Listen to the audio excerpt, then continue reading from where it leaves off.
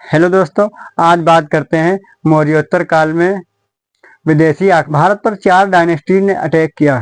पहली इंडो-ग्रीक हिंद यवन, दूसरी शक डायनेस्टी, तीसरी पार्थियन डायनेस्टी, चौथी कुषाण डायनेस्टी। हिंद यवन इंडो ग्रीक डायनेस्टी के बारे में पढ़ते हैं। हिंद यवन इंडो ग्रीक डायनेस्टी के जो फाउंडर हैं वो एंटीओकस प्रथम। एंटीओकस प्रथम पहले सेल्यूकस निकेटर के यहाँ काम करते थे। उसके बाद ये बैक्टीरिया अर्थात अफगानिस्तान के राजा बने और इनकी राजधानी थी शकल पंजाब। और भारत पर इंडो ग्रीक का पहला अटैक डेमिट्रियस के द्वारा किया गया। कोई खास इंपॉर्टेंट क्वेश्चन नहीं है, मगर आप ये याद रखिएगा, भारत पर इंडो ग्रीक का पहला आक्रमण किसके द्वारा किया गया? तो पहला आक्रमण डेमिट्रियस के द्वारा किया गया। और इंडो ग्रीक का सबसे महान शासक कौन था? तो इंडो ग्रीक का सबसे महान शासक मिनांडर था। मिनांडर बौद्ध धर्म का अनुयायी था और मिनांडर ने बौद्ध धर्म की शिक्षा नागसेन नागार्जुन से प्राप्त की। नागार्जुन ने एक बुक लिखी जिसका नाम है मिलिंद पन्हो, और मिलिंद पन्हो का मतलब है मिलिंद के प्रश्न। ठीक, यहाँ पर 3 पॉइंट और याद रखने वाले हैं कि भारत में सबसे पहले स्वर्ण सिक्के किसके द्वारा जारी किए गए? भारत में स्वर्ण सिक्के इंडो ग्रीक हिंद यवन के द्वारा जारी किए गए। 2 पॉइंट और बनते हैं। पहला पॉइंट क्या है कि शुद्ध सोने के सिक्के कुषाण वंश के द्वारा जारी किए गए और अधिक सोने के सिक्के गुप्त वंश के द्वारा जारी किए गए। एग्जाम के अंदर आया था कि सबसे अधिक मात्रा में किस वंश ने सोने के सिक्के जारी किए गए? वो आपका आंसर था गुप्त डायनेस्टी। ठीक, इसके बाद दूसरी डायनेस्टी आपकी आती है शक। उसके बारे में पढ़ते हैं। बात की जाएगी शक डायनेस्टी की।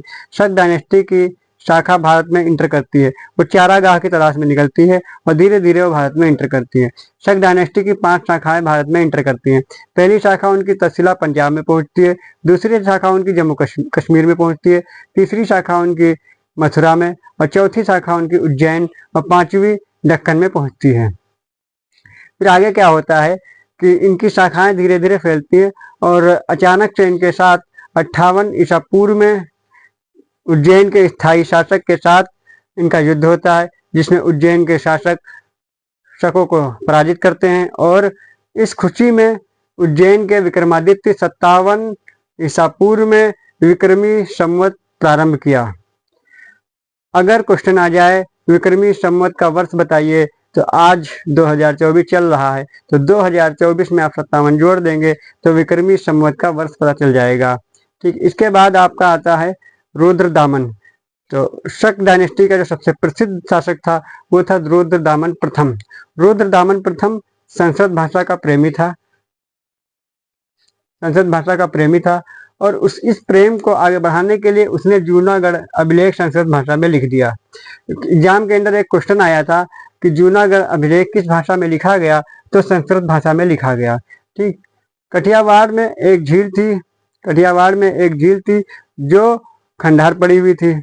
उस झील का नाम था सुदर्शन। रुद्रदामन प्रथम ने उसका पुनर्निर्माण कराया। रुद्रदामन प्रथम एक प्रसिद्ध शासक और अच्छा शासक था। उसके बाद आती है पार्थियन डायनेस्टी। पार्थियन डायनेस्टी के बारे में सिर्फ 2 बातें याद रखनी है। पहली बात ये कि इसके जो प्रसिद्ध शासक थे वो गोडोफिनिस थे। सेंट थॉमस भारत आया। क्वेश्चन एग्जाम के अंदर आया था कि सबसे पहला ईसाई धर्म प्रचारक कौन आया था? तो सेंट थॉमस पहला ईसाई धर्म प्रचारक भारत में आया था। इसके बाद आपकी डायनेस्टी आती है कुषाण। कुषाण डायनेस्टी सबसे इंपॉर्टेंट डायनेस्टी है। ठीक है, इसके बाद पढ़ते हैं कुषाण डायनेस्टी। पार्थियन डायनेस्टी के बाद आती है कुषाण डायनेस्टी। कुषाण डायनेस्टी के जो फाउंडर हैं वो कुजुल कटफिशस हैं। कुजुल कटफिशस के द्वारा कुषाण डायनेस्टी की स्थापना की गई। कुषाण वंश के लोगों को यूची या तोखरी भी कहते हैं। कुषाण डायनेस्टी के जो सबसे प्रतापी और महान शासक थे वो कनिष्क थे। कनिष्क 78 ईस्वी में गद्दी पर बैठते हैं। जब कनिष्क 78 ईस्वी में गद्दी पर बैठते हैं तब उन्होंने शक संवत प्रारंभ किया, जो भारत का राष्ट्र पंचांग है। कनिष्क के द्वारा चौथी बौद्ध संगीत का आयोजन कराया जाता है कुंडलवन ग्राम कश्मीर में, जहां पर मतभेद हो जाता है, जिसकी वजह से बौद्ध धर्म दो भागों में डिवाइड होता है, एक हीनयान शाखा, एक महायान शाखा। कनिष्क जो है महायान शाखा को मानता है। और चौथी बौद्ध संगीत के जो अध्यक्ष होते हैं वो अश्वघोष और उपाध्यक्ष वसुमित्र। उपाध्यक्ष वसुमित्र। कनिष्क के दरबार में आयुर्वेद चिकित्सक होते हैं जिनका नाम चरक है। चरक कनिष्क के दरबार में आयुर्वेद चिकित्सक के पद पर कार्य करते हैं। कनिष्क के दरबार में नागार्जुन वैज्ञानिक होते हैं जिन्होंने सापेक्षतावाद का सिद्धांत दिया। और नागार्जुन को भारत का आइंस्टीन कहते हैं। एग्जाम के अंदर क्वेश्चन आया था भारत का आइंस्टीन कहते हैं, तो भारत का आइंस्टीन नागार्जुन को कहते हैं। दोस्तों इसके बाद अब जो नेक्स्ट टॉपिक होगा वो होगा ब्राह्मण समाज।